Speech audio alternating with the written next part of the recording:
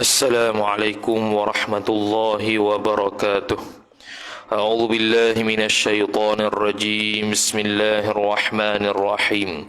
الحمد لله رب العالمين، والصلاة والسلام على أشرف الأنبياء والمرسلين سيدنا محمد وعلى آله وصحبه أجمعين.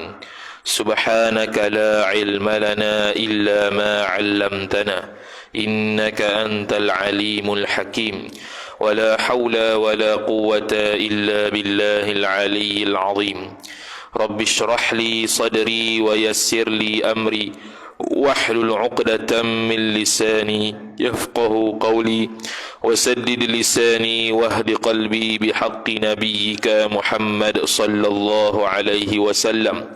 اللهم أغرنا بالعلم وزينا بالحلم وأكرمنا بالتقوى وجملنا بالعافية.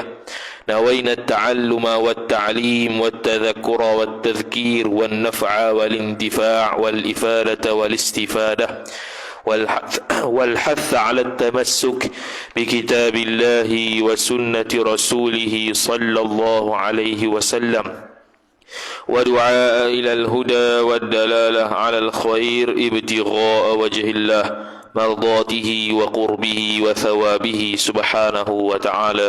آمين يا رب العالمين. Kitab Ad-Durrul Thamin, muka surat 55 baris 14 daripada bawah. Wa qala Syekhul Muallif rahimahullahu ta'ala wa nafa'ana Allah bi'ulumihi wa bi'ulumikum wa bi'ulumi masyayikhina fid darain. Amin ya rabbal alamin. Kata pengarang Asy-Syaikh Daud bin Abdullah Al-Fatani rahimahullahu ta'ala, dan adapun dalil aqli, jikalau tiada Allah Ta'ala bersifat dengan sifat yang tiga itu, niscaya bersifat ia dengan lawannya, dan iaitu kekurangan. Noktah. Jadi ini perbahasan terakhir pada sifat mustahil atas Allah Subhanahu wa Ta'ala, yang lawan bagi sifat pendengaran, sifat penglihatan dan sifat perkata, iaitu lawannya bisu, buta, tuli. Maka dia pun sambung kata, ni dalil aqli. Dulu dia bagi dalil naqli, dalil berdasarkan Al-Quran dan Hadis. Ni dia kuatkan pula dengan dalil aqli.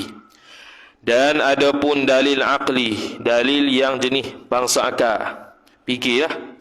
Jikalau tiada Allah Ta'ala bersifat dengan sifat yang tiga itu, iaitu sifat pendengaran, penglihatan dan juga perkata, niscaya bersifatlah ia Allah Ta'ala dengan lawannya, lawan bagi tiga tu, iaitu bisu, buta, tuli. Lepas tu kalau Allah bersifat dengan tiga bisu, buta, tuli tu, maka dia kata, dan iaitu bersifat dengan lawan tu, kekurangan. Jadi kalau Allah Ta'ala bisu, atau Allah Ta'ala buta, atau Allah Ta'ala tuli, walaupun dia tu orang panggil dari sudut dalil akalnya lemah, sebab dia tidak ada kaitan dengan perbuatan alam. Sifat sama pendengaran, penglihatan dengan perkata ni tidak ada kaitan dengan perbuatan alam pun. Walaupun dalil akal dia lemah, tapi ulama cuba untuk menyusun juga dalil akal supaya dia selaras dengan sifat-sifat yang lain. Maka dia pun buat ginilah, kalau Allah Ta'ala tidak bersifat dengan tiga sifat tadi, maka Allah Ta'ala akan bersifat dengan lawan dia. Sebab tidak ada pertengahan antara bisu dan juga sifat perkata. Tak ada tengah-tengah lagi. Ada tak sifat selain daripada perkata? Dia ni tidak ada sifat perkata. Dia ni ada sifat perkata pun tak, sifat bisu pun tak. Ada tak tengah-tengah? Tak ada. Begitu juga buta dengan sifat pelihat. Tidak ada tengah-tengah. Buta tidak, pelihat tidak. Ada tak nombor tiga? Tak ada. Jadi kalau tidak ada sifat pelihat, maka mesti dia tu buta. Dua tu ya. Kalau dia buta, tak ada sifat pelihat. Kalau ada sifat pelihat, dia tidak buta. Itu ya. Begitu juga sifat pendengaran dengan tuli. Tu ya. Maka kalau Allah Ta'ala bersifat dengan tiga sifat ni, maka itu menunjukkan kekurangan. Bermula kekurangan atas Allah itu mustahil. Mustahil pada akal. Tak boleh terima. Mustahil ni makna tidak boleh terima di akal kita. Akal yang sejahtera lah. Akal yang orang nak fikir. Ni sekarang orang kata, oh sifat 20 ni main akal. Bukan main akal. Dalil dia saja untuk menguatkan dari Al-Quran dan hadis tu. Bukannya dia ni ambil semata-mata akal. Jadi sekarang ni banyak orang tak belajar sifat 20, dia cuba hurai sifat 20. Nampak kebodohan di situ. Walaupun dia ni ada title DR di depan sekalipun. Kalau dia tak pernah belajar sifat 20, dia try hurai juga sifat 20 dengan bacaan sendiri, maka dia akan nampak kebodohan dia. Walaupun ada DR di depan. Tu dia punya royah dia. Jadi akidah ni dia kena belajar. Dia tak boleh telaah sendiri. Dia kena belajar dululah. Dia telaah sendiri tu lepas dah mahir lah. Tak apa tu. Ni tak belajar tiba-tiba hurai sifat 20. Nampak kau bengong. Bukan kau pandai. Tu Kemudian kata musannif rahimahullahu ta'ala, maka dia kata mustahil kerana berkehendak kepada orang yang menyempurnakan akan kekurangan Allah Ta'ala. Jadi kalau Allah Ta'ala bisu, tuli ataupun buta, wal'iyadzubillah, ta'ala Allahu an dhalika uluwan kabira, maka Allah Ta'ala berhajat kepada satu benda lain, satu zat lain untuk menghapuskan tiga sifat yang lemah tadi. Bila Allah Ta'ala berhajat kepada orang lain untuk menghapuskan tiga sifat lemah Allah Ta'ala itu, maka Allah Ta'ala tu ada sifat berhajat. Bila ada sifat berhajat, maka dia sama dengan makhluk. Maka itulah mustahil. Dia pikut situ. Jalan kata, mustahil Allah bersifat dengan buta, tuli, bisu. Kerana kalau Allah bersifat dengan tiga ni, pasti nak kepada orang yang menangkis ataupun menghapuskan tiga sifat ni. Bila begitu, maka Allah ada sifat berhajat, ihtiyaj, berhajat kepada makhluk, berhajat kepada benda lain. Jadi benda berhajat ni, makhluk pun berhajat, dia pun berhajat, maka dia sama dengan makhluk. Maka tu mustahil. Maka lazimlah bagi Allah Ta'ala baharu. Kalau Allah Ta'ala berkehendak pada orang lain, dia pun baharu. Sebab benda baharu, dia mesti berhajat kepada benda lain untuk mengadakan dia. Allah Ta'ala berhajat kepada benda lain untuk menghilangkan bisu, tuli, buta. Sama. Tak ada beza sikit abu.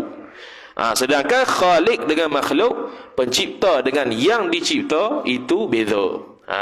Tu Kemudian kata musannif rahimahullahu ta'ala, lazimlah baharu yang berkehendak kepada yang membaharukan dia, yang membaharukan Allah Ta'ala. Bila dia baharu, maka mestilah ada mula. Bila ada mula, mestilah ada yang mencipta dia. Ini benda-benda yang boleh kita fikir sendiri. Bukan kita mikir lajak dia. Allah Ta'ala sebut dalam Quran, afala ta'qilun. Tidakkah kalian berfikir? Mana suruh guna akal, dalam bab boleh guna akal. Dalam akidah ni bukan semua benda yang boleh guna akal. Ada yang tak boleh guna akal. Contoh syurga neraka, tu tak boleh guna akal dah tu. Kita imagekan syurga dan neraka pun tak boleh juga. Dia tu tidak serupa dengan apa yang kita bayangkan. Begitu juga Allah Ta'ala. Kalau kita boleh bayang benda tu Allah Ta'ala begini-begini, itu bukan Allah. Itu bukan Allah Ta'ala, itu makhluk. Tara syurga neraka yang kita tak pernah lihat pun, bila kita cuba untuk gambarkan pun tak sama dengan syurga neraka asal. Apatah lagi Allah Ta'ala, dia tu Tuhan bagi syurga neraka. Lagilah tidak boleh sama dengan apa yang kita fikirkan. Sebab tu ulama sebut, wa ma khatara bi balika fallahu bi khilafi dhalika. Apa yang terlintas dalam hati kamu, dalam fikiran kamu, Allah Ta'ala bukan gitu. Dan ada betul. Maka yang demikian itu Allah Ta'ala berhajat kepada yang membaharukan dia, mustahil, seperti yang telah terdahulu sebutnya, iaitu pada sifat qiyamuhu ta'ala binafsihi. Allah Ta'ala tidak berhajat kepada pencipta menciptakan dia. Tu habis. Kemudian habislah sifat hak wajib mustahil, habis. Sekarang nak masuk pula sifat harus. Dalil bagi sifat harus, bukan sifat harus, dalil bagi sifat harus. Jadi sekali lagi kita tegahkan, sifat harus ni ialah bukan bermakna kita boleh iktikad, boleh tak iktikad, bukan. Kita wajib i'tiqad Allah Ta'ala harus buat makhluk, harus meninggalkan buat makhluk. Itu maksud sifat yang harus. Bukan maksudnya kita boleh i'tiqad, kita boleh tak i'tiqad. Itu hukum atas mukallaf. Ini sekarang ni hukum akal, bukan hukum mukallaf ni. Jadi sifat yang harus bagi Allah, yakni harus pada akal, Allah boleh buat, Allah boleh tinggal. Yang mana kita wajib tahu gitu. Wajib juga. Tu Dan adapun yang jaiz itu yang haruslah. Ini bahagian yang ketiganya, bahagian yang ketiga daripada tiga, iaitu wajib, mustahil, harus. Dialah yang terakhir. Iaitu dalil bagi jaiz tu. Seperti kata Syekh, iaitu Syekh Muhammad bin Yusuf As-Sanusi radhiyallahu ta'ala anhu. Wa amma burhanu kauni fi'lil mumkinati أو تركها جائزا في حقه تعالى فلأنه لو وجب عليه شيء منها عقلا أو استحال عقلا لانقلب الممكن واجبا أو مستحيلا وذلك لا يعقل. Dan adapun tanda keadaan memperbuat segala mungkin. Mungkin tu makhluk lah. Mungkin tu benda yang boleh ada, boleh Allah Ta'ala adakan, boleh Allah Ta'ala meniadakan.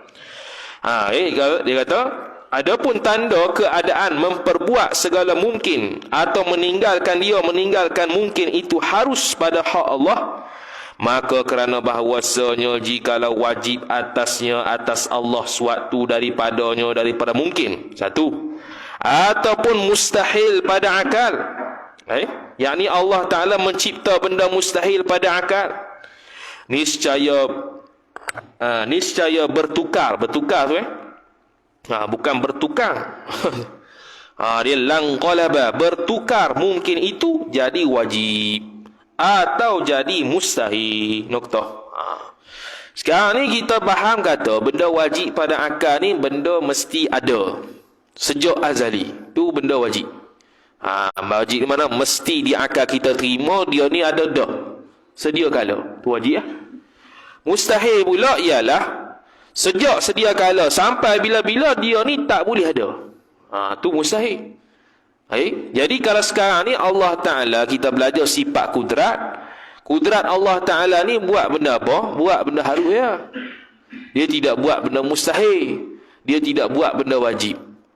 Sebab apa? Sebab kalau dia buat benda mustahil tu tak jadi mustahil. Sebab boleh buat. Sedangkan mustahil kita faham kata benda tu memang tak akan ada. Tiba-tiba Allah buat benda tak akan ada. Pelik gitu. Jadi dia akan bertukarlah mustahil itu kepada harus. Begitu juga yang wajib. Wajib pada akal ni maksudnya ialah dia ni sejak azali ada dah. Tiba-tiba Allah buat benda yang telah ada. Itu pun mustahil. Tu dia panggil tahsilul hasil. Menghasilkan benda yang telah ada. Macam kita dah buka lampu, kita suruh orang buka lampu lagi. Itu sia-sia lah. Jadi perbuatan Allah tidak ada sia-sia. Jadi maka kita terimalah kata perbuatan Allah Ta'ala terhadap benda mungkin sahaja. Allah Ta'ala tidak buat. Allah Ta'ala tidak wajib buat benda mungkin, tidak wajib buat benda mustahil. Tidak wajib. Wajib ni seolah-olah ada tekanan bagi Tuhan untuk buat sesuatu. Tak boleh lah gitu. Siapa yang tekan Tuhan? Siapa yang tekan Allah Ta'ala untuk buat sesuatu? Tak ada. Allah bebas dengan kehendak dia untuk buat apa yang dia nak, untuk meninggalkan buat apa yang dia nak tinggal. Jadi Allah Ta'ala kita tak boleh terima kata dia buat benda mustahil. Kerana benda mustahil mesti tak ada. Tiba-tiba boleh buat. Maknanya dia tu bukan mustahil. Benda wajib pada akal, dia tu memang ada dah, dia pergi buat lagi. Tu pun mustahil. Itu sia-sia perbuatan Tuhan. Dah ada dah, pergi buat lagi. Begitu juga kalau Allah Ta'ala meniadakan benda mustahil, tu pun sama, sia-sia juga.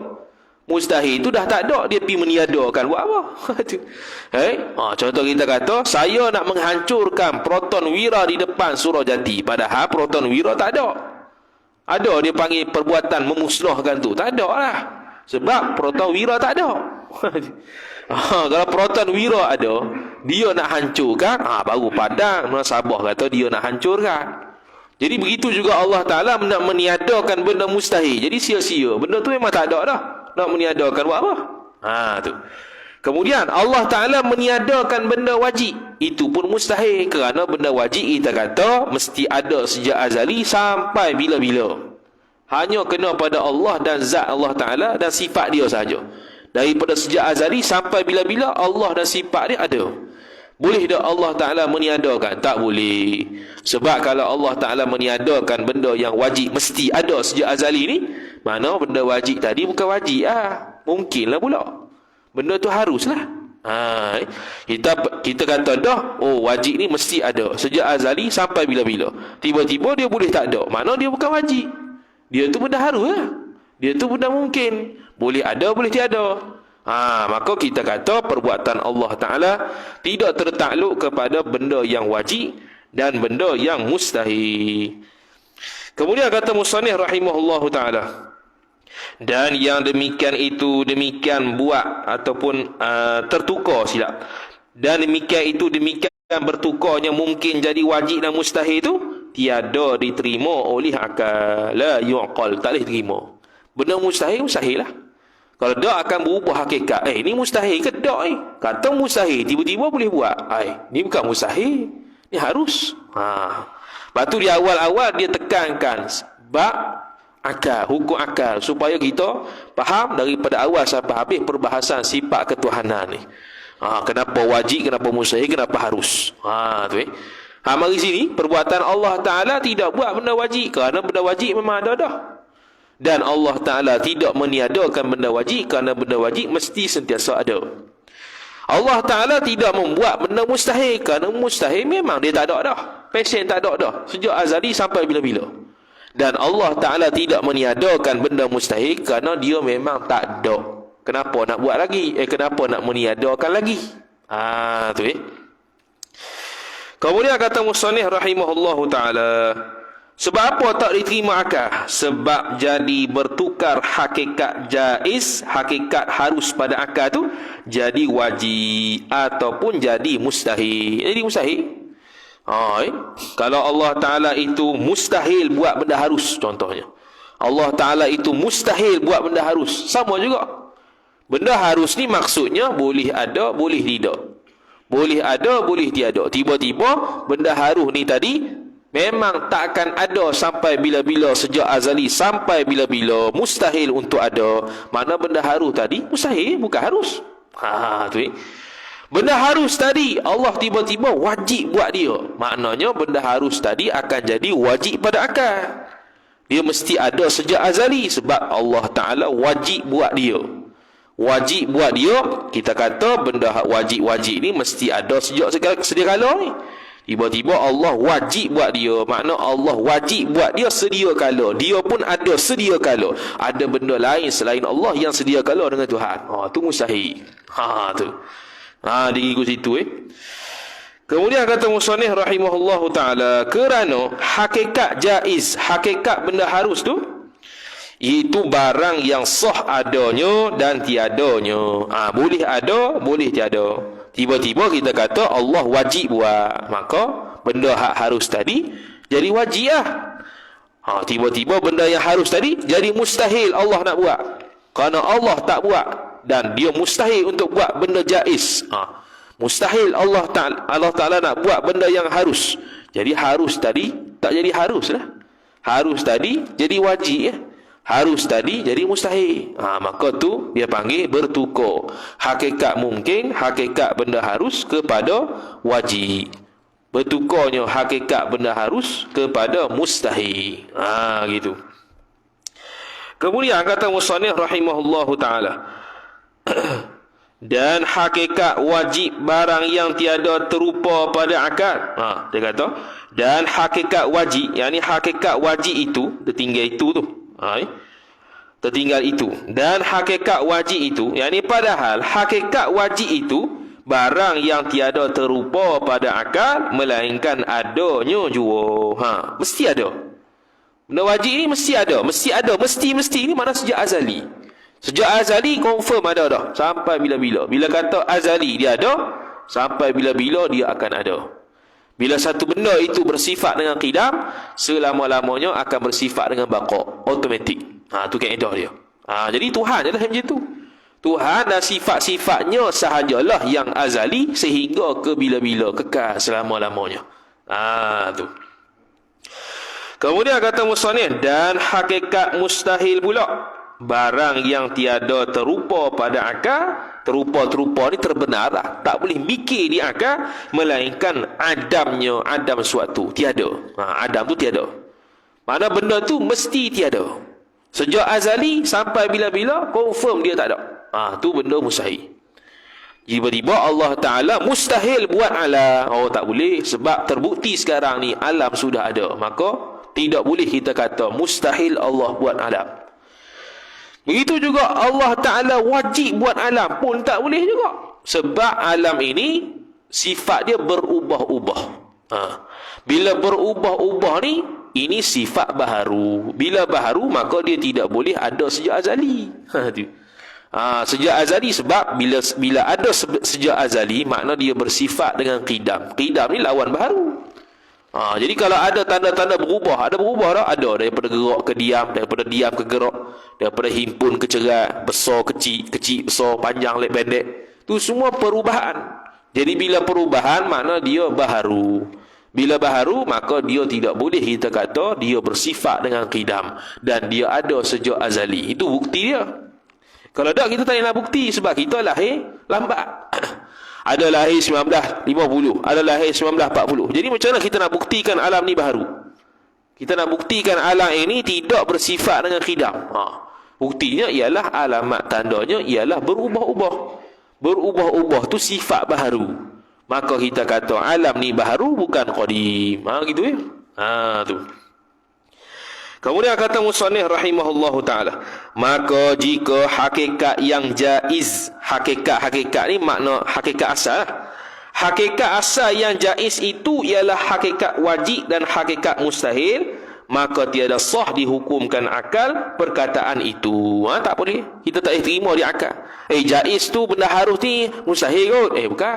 Mustahil lain, harus lain, wajib lain. Mana boleh sama? Harus itu ialah benda yang wajib. Boleh terima? Tak boleh terima. Harus itu ialah benda yang mustahil. Tak boleh terima. Barilah kenyataan ni kepada orang Islam kau, pada orang kafir kau, dia takkan terima. Memang tak boleh. Dia ibarat orang kata 1 tambah 1 sama dengan 3. Sampai bila-bila tak boleh terima. 1 tambah 1, sejak daripada kecil sampailah ke besar, orang akan kata tetap jawapan dia 2. Tidak boleh 3. Tiba-tiba kita nak kata 1 tambah 1 sama dengan 3. Tak boleh. Begitu juga hal ni. Benda harus tak boleh jadi wajib. Benda harus tak boleh jadi mustahil. Tiba-tiba ada orang kata mustahil, tiba-tiba ada orang kata benda hak harus ni mustahil. Benda hak harus ni wajib. Tak boleh. Tak boleh terima. Tu. Kemudian kata musannif rahimahullahu ta'ala, dan tatkala habislah selesai, dan tatkala selesai daripada menyatakan barang yang ta'aluk bagi uluhiyah. Ta'aluk ni kaitan. Bukan ta'aluk sifat mani tu. Ta'aluk ni kaitan. Dia bahasa Arab je. Berta'aluk, berkaitan bagi uluhiyah. Uluhiyah ni ketuhanan. Selesai dah, habislah ketuhanan ni. Muka surat 55. Hampir separuh dah. Separuh ke atas dah. Nak khatam dah. Bab nubuat senang ya. Bab kenabian senang dah. Tak ada apa, boleh laju. Iaitu barang, benda, barang ni sifat. Sifat yang berkaitan dengan ketuhanan tu, iaitu barang yakni sifat yang wajib, dan barang yakni sifat yang mustahil, dan barang yakni sifat yang harus baginya, bagi Allah Ta'ala. Habis selesai. Selesai dah bab ketuhanan. Makna ada 50 i'tiqad paku iman. 20 yang wajib untuk kita sabit, 20 yang mustahil untuk kita nafikan, untuk kuatkan hak wajib, dan 1 yang harus, jadi 41 baru. 41 tambatan iman. Habis selesai. 20 sifat tu wajib itu i'tiqad sabit di Tuhan, 20 hak mustahil itu wajib i'tiqad tak ada di Tuhan dan tidak sungguh di Tuhan. Yang 1 yang harus tu sabit di Allah Ta'ala. Allah Ta'ala tidak buat, Allah Ta'ala tidak wajib buat benda mungkin. Allah Ta'ala tidak mustahil, Allah Ta'ala tidak mustahil buat benda mungkin. Bahkan harus sahaja. Boleh Allah buat, boleh Allah tinggal untuk buat alam. Bila dah selesai tu, maka sekarang kami musannif Syekh Daud masuk menyatakan barang. Masuk menyatakan barang yang ta'aluk, yang berkait pada hak nubuwah, pada hak kenabian. Dan risalah pula. Risalah ni kerasulan. Nubuwah kenabian, risalah kerasulan. Setiap rasul adalah nabi, tak semua nabi adalah rasul. Tu kena ingat. Jangan samakan. Ada orang samakan, tak sama. Rasul ialah tugas dia menyampai kepada umat. Dan Nabi tidak ditugaskan untuk menyampai kepada umat. Tapi Nabi dan Rasul ni sifat dia tabligh, menyampaikan. Nabi walaupun tidak ditugaskan untuk menyampaikan kepada umat, tapi sifat dia passion tabligh, menyampaikan apa yang patut disampaikan kalau Allah suruh. Ni jaga-jaga ni. Takut kita kata saat kita mengaji bab tabligh. Tabligh ni menyampaikan benda yang Allah suruh sampai. Mana Nabi tak ada sifat tabligh. Bahaya. Nampak macam betul tapi tak betul. Tabligh itu sifat Nabi dan Rasul. Dan Rasul tu kita fahamlah, dia menyampaikan, dan Nabi kan tak menyampaikan. Nabi memang tak menyampai sebab Allah Ta'ala tak suruh sampai. Tapi dia bersifat dengan tabligh. Kalau Allah suruh sampai, dia akan sampai. Tapi kalau Allah tak suruh sampai, dia tak sampai. Buat apa nak sampai? Tapi sifat dia itu tabligh. Macam Allah Ta'ala. Allah Ta'ala sejak azali dia bersifat kudrat. Lazim ke, mesti ke kita kata kalau Allah Ta'ala sejak azali bersifat kudrat, Allah buatlah sesuatu sejak azali? Tak ada. Tak semestinya Allah Ta'ala bila bersifat kudrat sejak azali, Allah pun buat makhluk sejak azali. Tak boleh. Dia buat sekarang lah, waktu baru. Tapi ada kemampuan untuk mencipta? Ada. Bila? Sejak azali. Dengan ada sabit sifat kudrat. Begitu juga tabligh. Sifat Nabi tabligh walaupun dia tidak menyampaikan. Tapi sifat dia tetap tabligh. Sekiranya Allah suruh sampai, dia akan sampai. Maka dia pun buatlah takrif berkenaan Rasul dulu. Maka adapun makna Rasul itu, insanun, cakap bahasa Arab, insanun awhallahu ilaihi bi syar'in wa umira bi tablighihi wa illam yu'mar bi tablighihi. Tengok, fahuwa nabiyyun fa kullu rasulin nabiyyun wa laysa kullu nabiyyin rasula wan nabiyyu a'ammu war rasulu akhassu. Iaitu rasul manusia. Bila kata manusia, tak masuk jin. Jin tak masuk Jadi tidak ada nabi dan rasul dalam kalangan jin.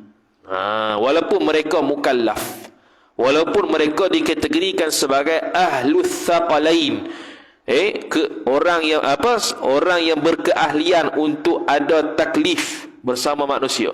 Tapi mereka tidak ada nabi, tidak ada rasul. Tu. Manusia tadi yang diwahyukan. Kalau kita lain, dia akan tambah lagi lelaki. Seorang manusia yang lelaki, nak keluar hak perempuan dan khuntha. Perempuan dan khuntha tidak ada rasul. Tidak ada kebangkitan rasul kepada perempuan dan khuntha. Sebab apa? Hikmahnya ialah nabi dan rasul ni passion bergaul dengan masyarakat. Dia nak tunjuk hukum, dia kena cakap lah. Cakap, dia buat dan sebagainya. Orang pun tengok, jadi tauladan. Tapi kalau tiba-tiba rasul tu perempuan pula bergaul dengan lelaki, jadi ikhtilaf habis. Jadi ikhtilaf habis. Kalau Nabi, kalau perempuan mari tanya, isteri dia tolong settle kan. Contoh Nabi SAW pernah didatangi oleh seseorang perempuan sahabiah untuk bertanya tentang haid. Sayyidatina Aisyah radhiyallahu ta'ala anha tarik dia mari ke belakang untuk tanya. Sebab Nabi SAW malu. Jadi adalah pembantu dia itu isteri. Jadi kalau rasul tu di kalangan perempuan, habis ikhtilaf, habis nak tunjuk contoh macam mana berak ke mana, susah. Kemudian kata musannif rahimahullahu ta'ala, yang diwahyukan kepadanya, kepada manusia tadi dengan syarak. Hukum syariat lah. Syarak ni sama ada usul atau furu'. Usul tu akidah, furu' tu fiqh, tasawuf dan sebagainya. Dua lah, usul dan furu'. Yang mana usul ni kalau kita ingkar, kafir. Kalau furu' ni kalau kita ingkar, furu' ni kalau kita tak buat, dosa. Usul ni kalau kita ingkar, kafir. Usul ni benda pokok lah. Furu' ni benda cabang. Jadi fiqh tu benda cabang. Kalau tak buat, dosa. Kalau usul ni macam akidah, macam benda yang diijma' ulama', semayang, puasa, tu ijma' ulama' sampai ingkar kafir. Itulah usul. Dan disuruh menyampaikan akan dia, akan syarak tadi, noktah. Tu Rasul. Disuruh menyampai.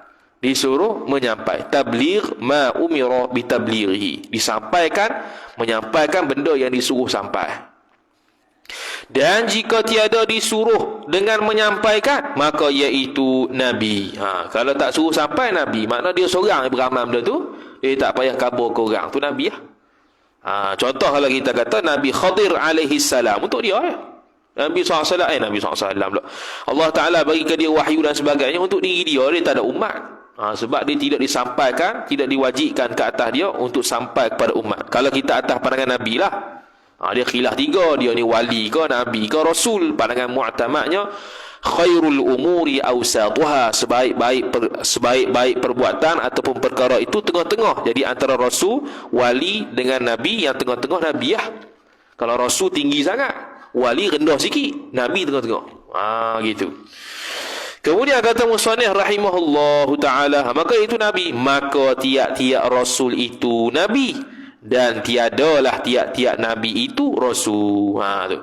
Rasul mesti nabi. Jadi 25 rasul yang kita duk belajar sejak tadika tu nabi tu. Rasul serta nabi. Kalau dia tu bukan rasul dan dia nabi, boleh. Nabi tak mesti rasul, tapi rasul mesti nabi. Tu kaedah dia. Tu. Jadi rasul ada berapa khilaf ulama. Pandangan mu'tamad tawaqquf, wallahu a'lam. Gitu ya. Begitu juga bilangan Nabi, khilaf ulama. Pandangan mu'tamad tawaqquf, wallahu a'lam. Dan bilangan Nabi lebih banyak daripada bilangan Rasul. Bilangan Nabi lebih banyak daripada bilangan Rasul. Dan Nabi itu a'am tu lebih umum. Dia cakap syarat sikit. Dan Rasul itu akhas tu lebih khusus. Jadi Nabi lebih umum lah. Sebab setiap Nabi tak mesti Rasul. Setiap Rasul mesti Nabi. Makna Rasul lebih khusus daripada Nabi. Nabi umum lagi. Tu. Kerana tiap-tiap Rasul itu Nabi. Dan tiap-tiap Nabi, dan tiada tiap-tiap Nabi itu Rasul. Hanya setengah juga. Yakni hanya Nabi itu setengahnya Rasul. Gitu. Hanya setengah juga. Yakni hanya Nabi itu setengahnya Rasul saja. Makna Nabi itu banyak, Rasul itu sebahagiannya. Sebab tu dia kata Nabi itu umum, Rasul itu khusus. Habis. Kemudian dia bincang pula, bila dah faham takrif tu, dia faham takrif, maka dia pun bincang syarat-syarat untuk jadi Rasul. Dan syarat Rasul itu tak dapat tiada ni makna mesti. Tu kaedah bahasa Jawi lama. Kalau bahasa akademik tak boleh dah, tak dapat tiada. Dia mengingat kita pula. Tak dapat tiada, dapat ke tak? Gitu. Tu la budda lahu. Tak dapat tiada, dah dapat ke tak? Kita pernah kena tahu. Kita tak ubah tu. Kita ikut ayat kita. Tidak dapat tiada. Kena lalu. Dah ada ke tak ni? Payah ke. Jadi tak dapat tiada ni mana mesti. Orang yang terlebih sempurna akal pada zamannya, zaman Rasul. Pertama, syarat dia, Rasul tu dilantik, mestilah Rasul itu adalah kalangan manusia yang paling cerdik ataupun paling tajam akal dia. Terlebih akal ni mana cerdik lah, tajam akal dia. Sebab dia nak berhujah dengan musuh, takkan pilih orang bodoh pula. Dia pilih orang yang paling cerdik sekali di zaman dia, dan di tempat dia. Sebab boleh jadi sebelum Nabi SAW tu, Rasul tu ada banyak. Contoh Rasul Nabi Harun dengan Nabi Musa. Dia tu sezaman dan setempat, adik-beradik dia tu. Jadi boleh jadi sezaman tu dan setempat. Mana tempat lain-lain, tempat sama, zaman pun sama. Mana kalau sama contoh antara dua Rasul ni, mana dua Rasul ni lah orang yang paling cerdik di zaman dia. Maka dilantik jadi Rasul untuk sampaikan risalah kenabian kepada umat, syarak kepada umat. Tu pertama. Dan yang terlebih ilmu Rasul, dia lah yang paling alim. Yang kedua, Rasul tu paling alim atas muka bumi tu. Tara alim Nabi SAW pun dia minta, Rabbi zidni ilma warzuqni fahma. Tu doa Nabi SAW. Allahumma zidni ilma, wahai Tuhanku, tambahilah akan aku ilmu, warzuqni fahma. Tak habis itu, kerana kalau ada ilmu tak mesti faham. Warzuqni fahma, dan rezekikanlah akan aku faham. Jadi faham ilmu tu rezeki. Ada ilmu tak mesti faham. Ada kitab banyak, berat-berat, patih rak, tapi tak faham pun. Ngaji dah, ilmu tu ilmu, tapi tak faham. Sebab apa? Allah Ta'ala tak beri faham. Lepas tu lazim daripada ada ilmu tak mesti faham. Lazim daripada faham mesti ada ilmu, tapi tak lazim kata ada ilmu mesti faham. Kalau faham tak mesti ada ilmu, tapi kalau ada ilmu belum tentu faham. Buktinya sekarang ni, ada orang berilmu tapi akidah sesat. Sebab apa? Tak faham. Tu ya. Ilmu banyak ilmu. Tu dia kitab berapa beratus-ratus baca, tapi sesat dalam akidah. Sebab apa? Sebab tak faham. Itu contoh orang yang ada ilmu tapi tak faham. Sebab tu Nabi SAW mendoakan supaya dia ditambahkan ilmu serta faham. Dia jangan ilmu saja, dia nak faham sekali. Baru sedap. Kemudian habis. Dan kejadian seorang. Kejadian ni ia panggil tubuh badan. Orang yang paling sempurna tubuh badan pada zaman dia. Sebab itu ada nama kitab Asy-Syama'il Al-Muhammadiyah. Ada nama kitab Asy-Syifa li Huquqil Mustafa. Membincangkan berkaitan dengan tubuh badan Nabi, rambut Nabi, muka Nabi, badan Nabi, semua apa berkaitan dengan Nabi lah. Yang berkaitan dengan tubuh Nabi itu kejadian. Dan perangainya, perangai Rasul ni dari sudut akhlak. Dia yang paling berakhlak di zaman itu. Dia yang paling baik tasawuf dia zaman tu. Tu Rasul. Jadi banyak syarat tu. Dan cerdik Rasul. Orang yang paling cerdik di zaman tu. Sebab dia nak berhujah dengan musuh. Nabi Ibrahim AS, Allah Ta'ala sebut dalam Quran, dia berhujah dengan puak kafir. Puak kafir berkaitan dengan ketuhanan. Ada cerdik tu. Ada dalam Quran macam-macam. Dalil akal. Dalam Quran tu ada dalil akal. Dalam Quran kalau tengok bab akidah, dalil akal punya berlambak. Allah Ta'ala suruh fikir. Tiba-tiba mari kawan ni salafi dia kata tak ada dalil akal. Nak Quran sunnah. Tak tengok Quran tu dalil akal. Lau kana fihi ma alihatun illallahu la fasadata. Kalau adalah langit dan Tuhan ni dua Tuhan, musnah langit dunia ni. Kalau ni akal. Dah Allah Ta'ala ada akal. Bukan kata Allah Ta'ala ada akal nak suruh kita mikir. Bukan kata Allah Ta'ala ada akal ke tak. Nak suruh kita mikir. Dia lau jikalau ni suruh mikir lah. Punya banyak ayat tauhid dalam Quran yang mana ada jikalau.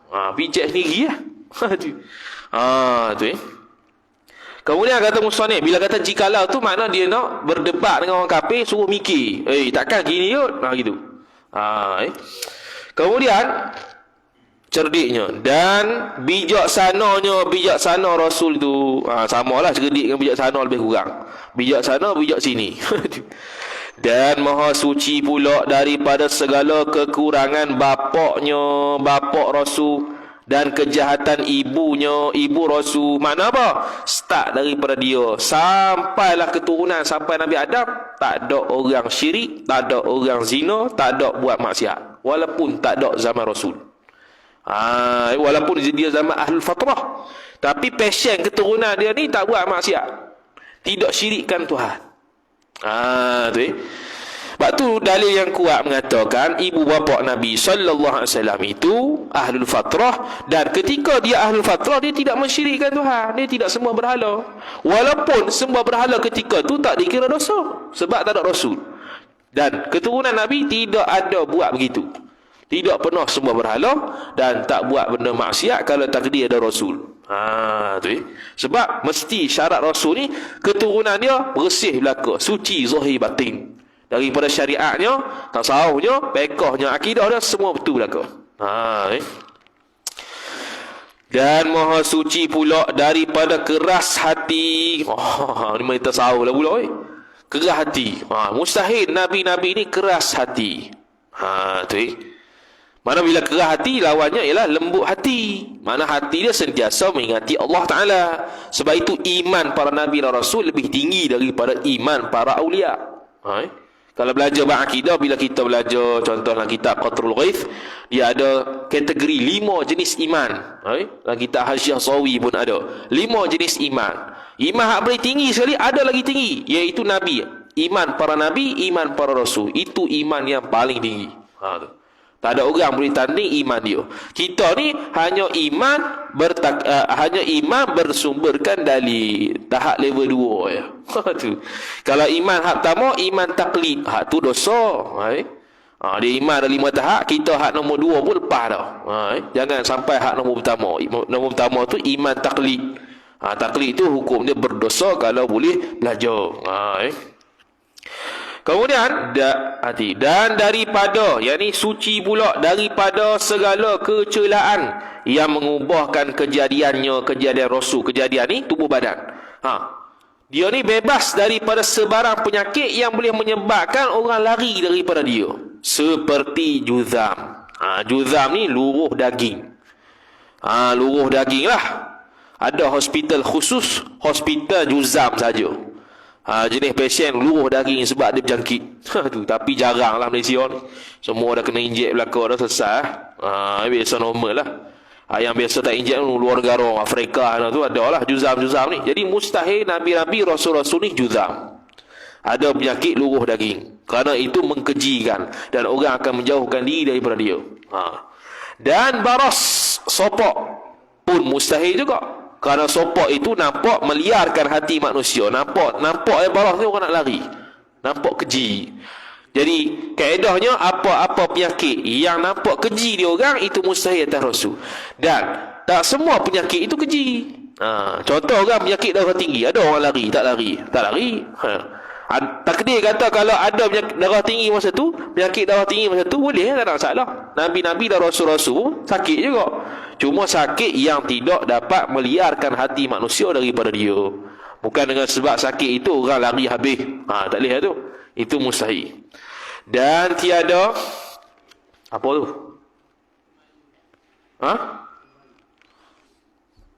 Dan tiada pemalu.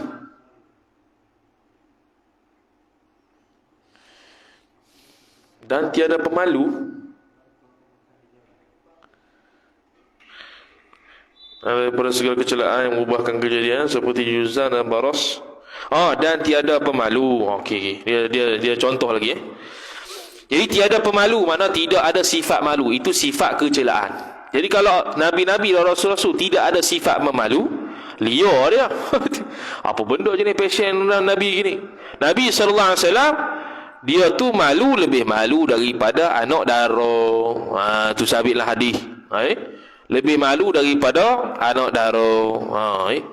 Nabi SAW, dia ni pasien kalau pakai baju komis. Komis ni ginilah. Dia akan buka butang satu. Dia akan buka butang satu. Tiba-tiba bila Sayyidina Uthman bin Affan radhiyallahu taala anhu masuk, dia akan butang semua. Kerana apa? Kerana aku malu dengan Sayyidina Uthman bin Affan radhiyallahu taala anhu. Dia seorang sahabat yang dipuji oleh malaikat. Maka bila dia masuk, dia butang semua. Dan Nabi dan Sayyidina Uthman bin Affan radhiyallahu taala anhu ni ialah menantu Nabi SAW dengan dua anak Nabi SAW. Nabi SAW sehingga mengatakan, kalau aku ada anak ketiga perempuan ni, aku bagi dah kepada Sayyidina Uthman. Malangnya tak ada. Dua-dua isteri Sayyidina Uthman itu ialah anak Nabi SAW. Kemudian dan umpama makan di jalan. Makan di jalan ni jatuh maruah. Dia beli KFC ke apa, makan jalan. Orang ni tak tunggu Nabi, orang lain pun sama. Kita sama kaki masjid, tiba-tiba makan jalan. Orang tengok apa benda kaki masjid ini. Orang pun makin liar pergi masjid. Apa? Perangai dia dengan perangai aku sama. Malah pergi masjid. Jadi Nabi SAW tidak, Nabi-Nabi lain lah, Nabi-Nabi dan Rasul-Rasul lain tidak akan makan di jalan, kerana itu menjatuhkan maruah sebagai Rasul. Orang tengok, dan dia akan menjadi sunnah Nabi, ya gitu. Tak boleh gitu. Kemudian kata musannif rahimahullahu ta'ala, dan hina usahanya, usaha Rasul, usaha dia kerja. Jadi dia tidak boleh bekerja dengan kerja-kerja yang menghinakan, seperti tukang buang darah, bekam. Jadi Nabi SAW, Nabi-Nabi yang lain tidak akan kerja berbekam. Bukan nak suruh tak payah kerja bekam ni. Ni sifat Rasul memang begini. Begitu juga dengan orang lain tidak sesuai bekerja dengan kerja bekam. Dia kerja yang keji boleh menjatuhkan maruah. Sekira-kira kalau kita nak menkahwinkan anak kita dengan lelaki tu, maka tidak sekufu. Itu tidak boleh kahwin. Dia panggil ijbar, dia panggil apa? Wali mujbir. Kita tak boleh paksa anak perempuan kita kahwin dengan orang yang laki tersebut bekerja berbekam darah, kerana dia jatuh maruah. Wallahu a'lam. A'udzu billahi minasyaitonir rajim. Bismillahirrahmanirrahim. Alhamdulillahi rabbil alamin, wassalatu wassalamu ala asyrafil anbiya'i wal mursalin sayyidina Muhammadin wa ala alihi wa sahbihi ajma'in. Allahumma zidna ilma warzuqna fahma. Allahumma zidna ilma warzuqna fahma. Allahumma zidna ilma warzuqna fahma. Wa sallallahu ala sayyidina Muhammad wa ala alihi wa sahbihi wa baraka wa sallam. Walhamdulillahi rabbil alamin. Wassalamu alaikum warahmatullahi wabarakatuh.